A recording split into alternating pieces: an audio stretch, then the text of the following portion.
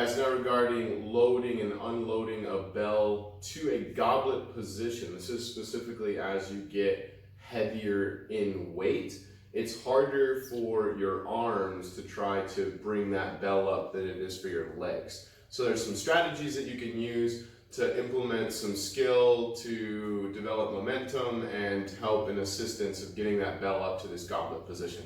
There's a few different ways. These aren't the only ways, but I'm just going to go over a couple variations for both the kettlebell and the dumbbell. Let's start with the kettlebell. The first option that we're going to do is off of the box. So you can actually get down into a goblet position, elevate the bell somehow by just, say, hauling it over and tossing it on the box like so, and then that's going to give you a little bit of assistance getting the bell to the chest. So you can actually come down to the bell and bring it to that goblet position right under the chin in front of the sternum.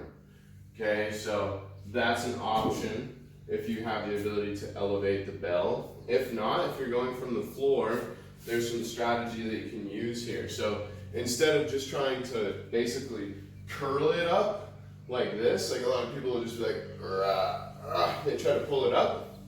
What you can do is, it's called a pull catch. It's essentially the first technique point in a high pull. Sorry, my neighbor's mowing his lawn.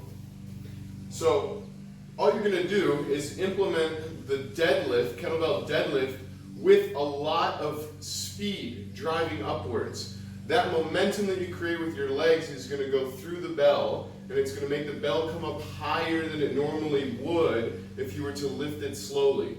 So you're essentially using your legs with that jumping force to get that bell all the way up here, so then all you have to do is just turn over your hands. So if anybody knows Olympic lifting, this is basically that teaching point from the high pull to power clean, where you're really creating that upward drive that then boop, boop, boop, boop, boop, the momentum brings it up, and all you're doing as that bar is weightless and continuing to get higher in the air from that load you put under it, you're just coming underneath the bar, or the weight in this case, and catching. So you're just getting into a prepared catching stance. So it looks like this in full speed. So all I'm really doing is just using my legs to generate that jumping force that then allows me to just move my arms weightlessly into the place that they need to be to catch the bell. That's the only skill part, really, other than the explosive drive part at the beginning of the deadlift. Just getting through the bell with your legs and your core enough to generate that force high enough, far enough, great enough to bring that bell all the way up effortlessly. But all it is that number one, and then as the bell rises, or the bar, you just flip under and catch. Soft knee stance, butt goes back, chest stays up, and you're right there in your rack position. So that's your first option with the bell, is a pull catch. Okay, or second, I should say, after the box. This is your first from the floor. Okay, you really can create good upward drive. That still works with heavier weight, but I'll demonstrate the limiting factor here. I can only create so much momentum from the floor upward in just one movement.